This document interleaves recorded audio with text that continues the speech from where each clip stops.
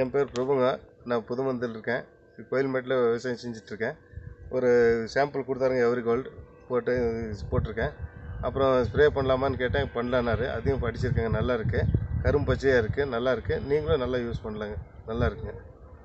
Acre 4 ஏக்கரா போடுறேங்க. நாங்கள் போட்டிருக்கோம், இன்னும் தப்பு இல்லைங்க, நல்லா இருக்குது. சார், என் பேர் மூர்த்தி. இந்த எவரி கோல்டு மருந்து பற்றி சொல்லணும்னா, இது வந்து விதை நேர்த்தி பண்ணாமல் விட்டுட்டோம் ஃபஸ்ட்டு. அதுக்கப்புறம் மேலே ஸ்ப்ரே பண்ண சொல்லியிருந்தாங்க.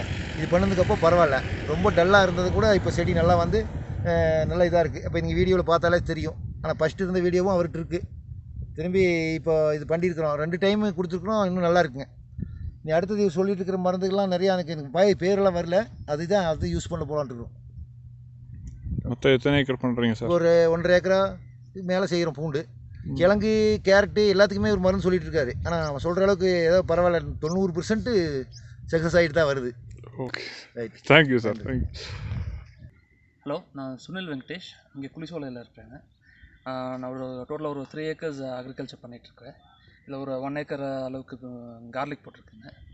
இந்த எவர்கால்ன்றது சீட் ட்ரீட்மெண்ட்டுக்கு ஒரு பார்ட்டுக்கு மட்டும் ட்ரை பண்ணோம். சீட் ட்ரீட்மெண்ட் கொடுத்தது நல்லா ஒரு மாதிரி நல்லா க்ரீனிஷாக இருந்தது.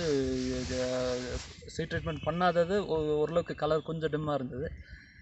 அதில் தான் சரி நான் என்ன பண்ணலான்னு இது பண்ணும்போது, சரி ஸ்ப்ரே பண்ணலாமான்னு கேட்டு அதுக்கப்புறம் ஸ்ப்ரே பண்ணதுக்கப்புறம் எல்லாமே ஈவனாக செட் ஆகிடுச்சு. அது நீங்களே பார்த்தாலே தெரியும், நல்லா ஈவனாக செட் ஆகிடுச்சு. ஒன்றும் டிசீஸ் எல்லாம் ஒன்றுமே இல்லை. இன்னும் அந்த பல்ப் ஆகிறது அதெல்லாம் எதுவுமே ஆகலை. இன்னும் நல்லா சூப்பராக இருக்குது. நல்லா ரெசிஸ்டன்ஸ் நல்லா இருக்குது.